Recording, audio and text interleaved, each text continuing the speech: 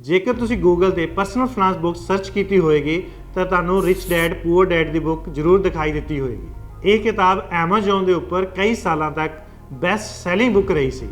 2002 ਵਿੱਚ publish Robert ਈ Kiyosaki ਦੀ ਇਸ ਕਿਤਾਬ ਦੀਆਂ ਹੁਣ ਤੱਕ 46 ਮਿਲੀਅਨ ਤੋਂ ਵੱਧ ਕਾਪੀਆਂ ਵਿਕ ਚੁੱਕੀਆਂ ਹਨ, ਜਿਸ ਦਾ 109 ਕੰਟਰੀਜ਼ ਦੇ ਵਿੱਚ 51 ਭਾਸ਼ਾਵਾਂ ਵਿੱਚ ਟ੍ਰਾਂਸਲੇਸ਼ਨ ਹੋਇਆ ਹੈ, ਜਿਸ ਤੋਂ ਪਤਾ ਲੱਗਦਾ ਹੈ ਕਿ ਬੁੱਕ ਕਿੰਨੀ ਖਾਸ ਹੈ। शायद पंजाबी ਦੇ ਵਿੱਚ ਇਸ ਬੁੱਕ ਦਾ ਟ੍ਰਾਂਸਲੇਸ਼ਨ ਨਹੀਂ ਹੋਇਆ ਹੈ। ਮੈਂ ਹੁਣ ਲੈ ਕੇ ਆਇਆ ਤੁਹਾਡੇ ਲਈ ਇਸ ਬੁੱਕ ਦਾ ਟ੍ਰਾਂਸਲੇਸ਼ਨ ਪੰਜਾਬੀ ਦੇ ਵਿੱਚ ਤੁਹਾਡੇ ਟੇਸਟ ਦੇ ਵਿੱਚ। ਸਤਿ ਸ਼੍ਰੀ ਅਕਾਲ, ਮੈਂ ਰਣਜੀਤ ਪਾਲ। ਤੁਸੀਂ ਮੈਨੂੰ ਟਾਈਮ ਦਿਓ ਔਰ ਮੈਂ ਤੁਹਾਨੂੰ ਸਕਸੈਸ ਦੇਵਾਂਗਾ। ਅੱਜ ਦੀ ਇਹ ਵੀਡੀਓ ਸ਼ੁਰੂ ਕਰਨ ਤੋਂ ਪਹਿਲਾਂ ਮੈਂ ਤੁਹਾਨੂੰ ਪਹਿਲਾਂ ਹੀ ਦੱਸ ਦੇਵਾਂ ਕਿ ਇਹ ਵੀਡੀਓ ਲੰਬੀ ਹੋ ਸਕਦੀ ਹੈ, ਕਿਉਂਕਿ ਸਫਲਤਾ ਦਾ ਕੋਈ ਵੀ ਸ਼ਾਰਟਕਟ ਨਹੀਂ ਹੁੰਦਾ।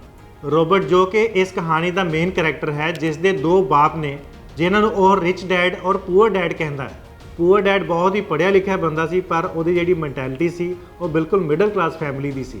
ਇਸ ਦੇ ਉਲਟ ਰਿਚ ਡੈਡ 8ਵੀਂ ਕਲਾਸ ਹੀ ਪੜ੍ਹਿਆ ਸੀ, ਲੇਕਿਨ ਉਹ ਪੈਸੇ ਨੂੰ ਕੰਟਰੋਲ ਕਰਨਾ ਬੜੀ ਚੰਗੀ ਤਰ੍ਹਾਂ ਜਾਣਦਾ ਸੀ। ਰਿਚ ਡੈਡ ਆਪ ਨਹੀਂ ਸਗੋਂ ਪੈਸੇ ਨੂੰ ਕੰਮ ਤੇ ਲਗਾਉਣ ਲਈ ਜ਼ੋਰ ਦਿੰਦਾ ਸੀ। ਰਿਚ ਡੈਡ ਰੋਬਰਟ ਨੂੰ ਵੱਖ-ਵੱਖ ਤਰੀਕਿਆਂ ਦੇ ਨਾਲ ਫਾਈਨੈਂਸ਼ੀਅਲੀ ਐਜੂਕੇਟ ਕਰਦਾ ਹੈ। ਉਹ ਦੱਸਦਾ ਹੈ ਕਿ ਰਿਚ ਪੀਪਲ ਦੇ ਥਾਟ ਪ੍ਰੋਸੈਸ ਕੀ ਹੁੰਦੇ ਨੇ, ਰਿਚ ਪੀਪਲ ਪਲੈਨਿੰਗ ਕਿਵੇਂ ਕਰਦੇ ਆ, ਸਪੈਂਡਿੰਗ ਅਤੇ ਇਨਵੈਸਟਮੈਂਟ ਕਿਵੇਂ ਕਰਦੇ ਆ, ਅਤੇ ਹੋਰ ਫਾਈਨੈਂਸ਼ੀਅਲੀ ਆਸਪੈਕਟਸ ਤੇ ਗੱਲ ਕਰਦਾ ਹੈ ਜੋ ਅਸੀਂ ਅੱਗੇ ਦੱਸਾਂਗੇ। ਇਹ ਸਾਰੀ ਕਿਤਾਬ ਫਾਈਨੈਂਸ਼ੀਅਲੀ ਐਜੂਕੇਸ਼ਨ ਐਂਡ ਇਨਵੈਸਟਮੈਂਟ ਦੇ ਆਲੇ ਦੁਆਲੇ ਹੀ ਘੁੰਮਦੀ ਹੈ। ਕਿਤਾਬ ਦੇ ਵਿੱਚ 10 ਚੈਪਟਰ ਨੇ, ਜਿਹਦੇ ਵਿੱਚੋਂ ਪਹਿਲਾ, ਤੀਜਾ ਤੇ ਪੰਜਵਾਂ ਮੇਰੇ ਫੇਵਰੇਟ ਨੇ। ਆਓ ਅਸੀਂ ਹੁਣ ਗੱਲ ਕਰਦੇ ਹਾਂ ਪਹਿਲੇ ਚੈਪਟਰ ਦੀ। ਪਹਿਲਾ ਚੈਪਟਰ ਹੈ the rich don't work for money. ਇਸ ਚੈਪਟਰ ਵਿੱਚ ਕਿਓਸਕੀ ਦੱਸਦਾ ਕਿ ਅਮੀਰ ਲੋਕ ਇਨਕਮ ਜਨਰੇਟ ਕਰਨ ਵਾਲੇ ਐਸੈਟਸ ਬਣਾਉਂਦੇ ਨੇ, ਜਦਕਿ ਗਰੀਬ ਅਤੇ ਮਿਡਲ ਕਲਾਸ ਲੋਕ ਤਨਖਾਹਾਂ ਲੈਣ ਦੇ ਲਈ ਸਖਤ ਮਿਹਨਤ ਕਰਦੇ ਰਹਿ ਜਾਂਦੇ ਨੇ। ਲੇਖਕ ਦੱਸਦਾ ਹੈ ਕਿ ਅਮੀਰ ਹਮੇਸ਼ਾ ਸਮਾਰਟ ਵਰਕ ਨਾਲ ਹੀ ਬਣਿਆ ਜਾ ਸਕਦਾ ਹੈ। ਜੇ ਹਾਰਡ ਵਰਕ ਨਾਲ ਅਮੀਰ ਬਣਿਆ ਜਾਂਦਾ ਤਾਂ ਜਿੰਨੇ ਮਜ਼ਦੂਰ ਨੇ ਸਾਰੇ ਦੇ ਸਾਰੇ ਅਮੀਰ ਹੁੰਦੇ। ਲੇਖਕ ਦੱਸਦਾ ਹੈ ਕਿ ਅਮੀਰ ਲੋਕ ਨੌਕਰੀਆਂ ਤੇ ਭਰੋਸਾ ਕਰਨ ਦੇ ਬਜਾਏ ਇਨਵੈਸਟਮੈਂਟ ਦੇ ਥਰੂ ਇਨਕਮ ਜਨਰੇਟ ਕਰਦੇ ਨੇ। ਉਹ ਆਪਣੇ ਪੈਸੇ ਨੂੰ ਇਨਵੈਸਟ ਕਰਦੇ ਨੇ ਔਰ ਉਸ ਤੋਂ ਆਉਣ ਵਾਲੇ ਪੈਸੇ ਨੂੰ ਆਪਣੇ ਪਰਸਨਲ ਖਰਚਿਆਂ ਦੇ ਲਈ ਵਰਤਦੇ ਨੇ। ਇਸ ਤਰ੍ਹਾਂ ਉਹ ਰੈਟ ਰੇਸ ਤੋਂ ਬਾਹਰ ਹੋ ਜਾਂਦੇ ਨੇ। ਆਓ ਹੁਣ ਅਗਲੇ ਚੈਪਟਰ ਦੀ ਗੱਲ ਕਰਦੇ ਹਾਂ, ਵਾਈ ਟੀਚ ਫਾਈਨੈਂਸ਼ੀਅਲ ਲਿਟਰੇਸੀ। ਇਸ ਚੈਪਟਰ ਦੇ ਵਿੱਚ ਰੋਬਰਟ ਨੇ ਬਹੁਤ ਹੀ ਵਿਚਾਰਯੋਗ ਗੱਲਾਂ ਕੀਤੀਆਂ ਕਿ ਸਾਡੇ ਸਕੂਲ ਐਜੂਕੇਸ਼ਨ ਦੇ ਵਿੱਚ ਫਾਈਨੈਂਸ਼ੀਅਲ ਐਜੂਕੇਸ਼ਨ ਨਹੀਂ ਹੈ। ਇਸ ਕਰਕੇ ਬਹੁਤ ਲੋਕ ਪੈਸੇ ਦੀ ਜਦੋਜਹਿਦ ਦੇ ਵਿੱਚ ਲੱਗੇ ਰਹਿੰਦੇ ਨੇ। ਅੱਜ ਬੜੇ ਦਿਨਾਂ ਬਾਅਦ ਮੈਨੂੰ ਇੱਕ ਸ਼ੇਰ ਯਾਦ ਆ ਗਿਆ, मनमर्जी के पल्लों पर मजबूरियां बढ़ रही हैं, जैसे जैसे चेहरे पर झुर्रियां बढ़ रही हैं, कहने को तो बढ़ रहे हैं पगार दर वर्ष, पर खाते कह रहे हैं कि उधारियां बढ़ रही हैं। क्योंकि मिडल क्लास ਨੂੰ ਐਸੈਟਸ ਅਤੇ ਲਾਇਬਿਲਿਟੀਜ਼ ਦੀ ਸਮਝ ਨਹੀਂ ਹੁੰਦੀ, ਇਸੇ ਲਈ ਸੈਲਰੀ ਦੇ ਨਾਲ ਉਹਨਾਂ ਦੀ ਉਧਾਰੀ ਵੀ ਵਧਦੀ ਰਹਿੰਦੀ ਹੈ। ਤੀਸਰਾ ਚੈਪਟਰ ਹੈ ਮਾਈਂਡ ਯੂਰ ਓਨ ਬਿਜ਼ਨਸ। ਇਸ ਚੈਪਟਰ ਦੇ ਵਿੱਚ ਲੇਖਕ ਇਨਕਰੇਜ ਕਰਦਾ ਹੈ ਕਿ ਤੁਸੀਂ ਆਪਣੇ ਐਸੈਟਸ ਬਿਲਡ ਕਰੋ। ਉਹ ਜੌਬ ਕਰਨ ਨੂੰ ਇੱਕ ਰੈਟ ਰੇਸ ਸਮਝਦਾ ਹੈ, ਜਿਸ ਦੇ ਵਿੱਚ ਮਿਡਲ ਕਲਾਸ ਫਸ ਕੇ ਕਦੇ ਵੀ ਅੱਗੇ ਨਹੀਂ ਵਧ ਪਾਉਂਦਾ। ਲੇਖਕ ਕਹਿੰਦਾ ਹੈ ਕਿ ਆਪਣੀ ਜੌਬ ਦੇ ਨਾਲ ਬਿਜ਼ਨਸ ਬਾਰੇ ਸੋਚੋ, ਉਸ ਦੇ ਨਾਲ ਸੈਕਿੰਡ ਸੋਰਸ ਆਫ ਇਨਕਮ ਬਣਾਉਣ ਬਾਰੇ ਜ਼ਰੂਰ ਸੋਚੋ। ਦੋਸਤੋ, ਇਹ ਫਾਰਮੂਲਾ ਮੈਂ ਆਪਣੀ ਰੀਅਲ ਲਾਈਫ ਦੇ ਵਿੱਚ ਵੀ ਫੋਲੋ ਕਰਦਾ ਹਾਂ। ਮੈਂ ਆਪਣੀ IT ਬਿਜ਼ਨਸ ਦੇ ਨਾਲ ਰੀਅਲ ਸਟੇਟ ਬਿਜ਼ਨਸ ਚਲਾ ਰਿਹਾ ਔਰ ਹੋਰ ਵੀ ਬਹੁਤ ਜਗ੍ਹਾ ਤੇ ਮੈਂ ਆਪਣੀ ਇਨਵੈਸਟਮੈਂਟਸ ਕੀਤੀਆਂ ਨੇ। ਸਾਡਾ ਚੌਥਾ ਚੈਪਟਰ ਹੈ the history of taxes and power of corporation. ਸੱਚ ਦੱਸਾਂ ਕਿ ਇਹ ਚੈਪਟਰ ਮੈਨੂੰ ਬੋਰਿੰਗ ਲੱਗਦਾ ਹੈ, ਪਰ ਹੈ ਬਹੁਤ ਕੰਮ ਦਾ। ਲੇਖਕ ਕਹਿੰਦਾ ਹੈ ਕਿ ਟੈਕਸ ਦੇਣਾ ਗਰੀਬ ਲੋਕਾਂ ਦਾ ਕੰਮ ਹੈ, ਅਮੀਰ ਲੋਕ ਕਦੇ ਵੀ ਟੈਕਸ ਨਹੀਂ ਦਿੰਦੇ, ਕਿਉਂਕਿ ਉਹਨਾਂ ਨੂੰ ਇਸ ਦੇ ਭੇਦ ਦਾ ਪਤਾ ਹੁੰਦਾ ਹੈ ਕਿ ਟੈਕਸ ਨੂੰ ਕਿਵੇਂ ਸੇਵ ਕੀਤਾ ਜਾ ਸਕਦਾ ਹੈ। ਕਿਓਸਕੀ ਦੀ ਇਹ ਗੱਲ ਬੜੀ ਡੂੰਘੀ ਹੈ।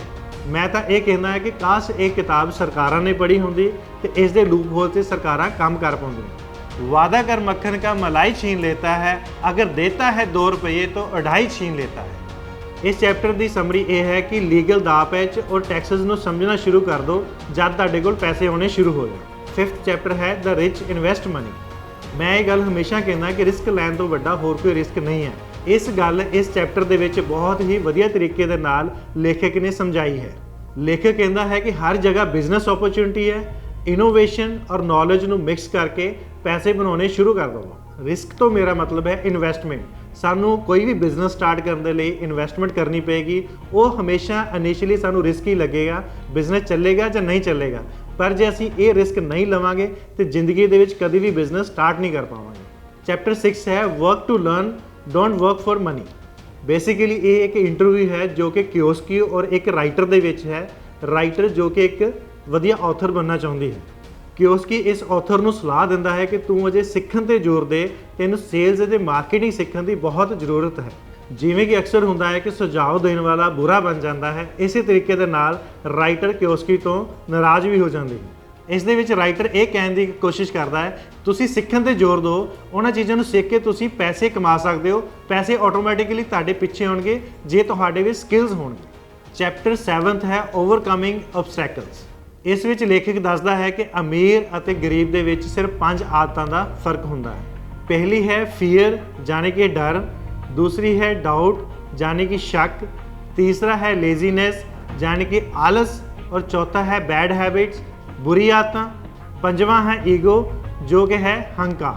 मैं बहुत सारे ऐसे लोगों को जानता हाँ जिन्होंने बिजनेस की बहुत अच्छी समझ आती है, पर किते ना किते मन के डाउट और डर होंदा जिहड़ा उन्होंने कभी भी लाइफ के डिसीजन लैन लई हैल्प नहीं कर पाता, और इसे करके वो कभी भी जॉब ट्रैप तो बाहर नहीं आ पाते।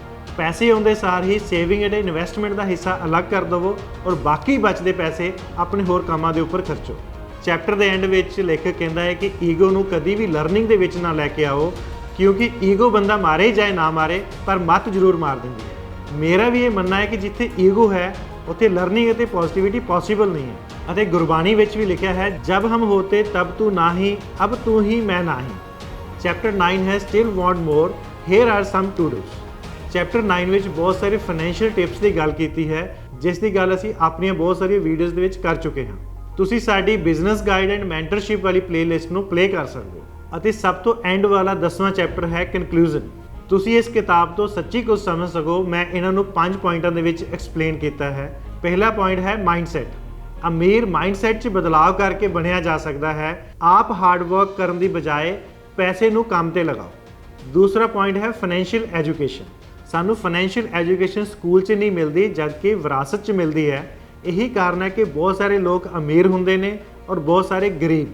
ਸਾਨੂੰ ਸਭ ਨੂੰ ਫਾਈਨੈਂਸ਼ੀਅਲ ਐਜੂਕੇਸ਼ਨ ਵੱਲ ਧਿਆਨ ਦੇਣਾ ਚਾਹੀਦਾ ਹੈ। ਤੀਸਰਾ ਪੁਆਇੰਟ ਹੈ ਡਿਫਰੈਂਸ਼ੀਏਟ ਐਸੈਟਸ ਐਂਡ ਲਾਇਬਿਲਿਟੀਜ਼। ਜੇ ਮੈਂ ਮੋਟਾ ਨਿਚੋੜ ਕੱਢ ਕੇ ਦੱਸਾਂ ਤਾਂ ਕਿਤਾਬ ਸਾਨੂੰ ਐਸੈਟਸ ਅਤੇ ਲਾਇਬਿਲਿਟੀ ਵਿਚਾਲੇ ਫਰਕ ਨੂੰ ਸਮਝਾਉਂਦੀ ਹੈ। ਪੈਸੇ ਨੂੰ ਇਨਵੈਸਟ ਕਰੋ, ਕਮਾਓ ਅਤੇ ਫਿਰ ਉਸ ਦੀ ਕਮਾਈ ਨੂੰ ਖਰਚ ਕਰੋ।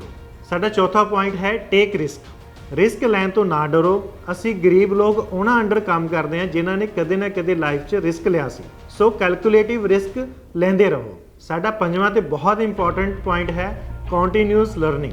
ਸਿੱਖਣ ਦੀ ਕੋਈ ਉਮਰ ਨਹੀਂ ਹੁੰਦੀ, ਨਾ ਹੀ ਸਿਖਾਉਣ ਵਾਲੇ ਦੀ ਕੋਈ ਉਮਰ ਹੁੰਦੀ ਹੈ। ਸਿਖਾਉਣ ਵਾਲਾ ਤੁਹਾਡਾ ਜੂਨੀਅਰ ਵੀ ਹੋ ਸਕਦਾ ਹੈ। ਅਮੀਰ ਬੰਦੇ ਲਈ ਬਹੁਤ ਜ਼ਰੂਰਤ ਹੈ ਕਿ ਹਰ ਦਿਨ ਕੁਛ ਨਾ ਕੁਛ ਨਵਾਂ ਸਿੱਖਦੇ ਰਹੋ।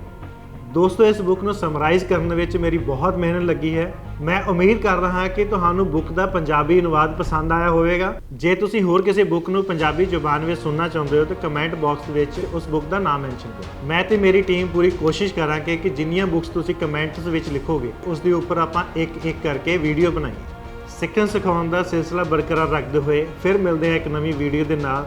ਤਦ ਤੱਕ ਲਈ ਦਿਓ ਇਜਾਜ਼ਤ। ਸਤਿ ਸ਼੍ਰੀ ਅਕਾਲ। ਮੈਂ ਰਣਜੀਤ ਪਾਲ।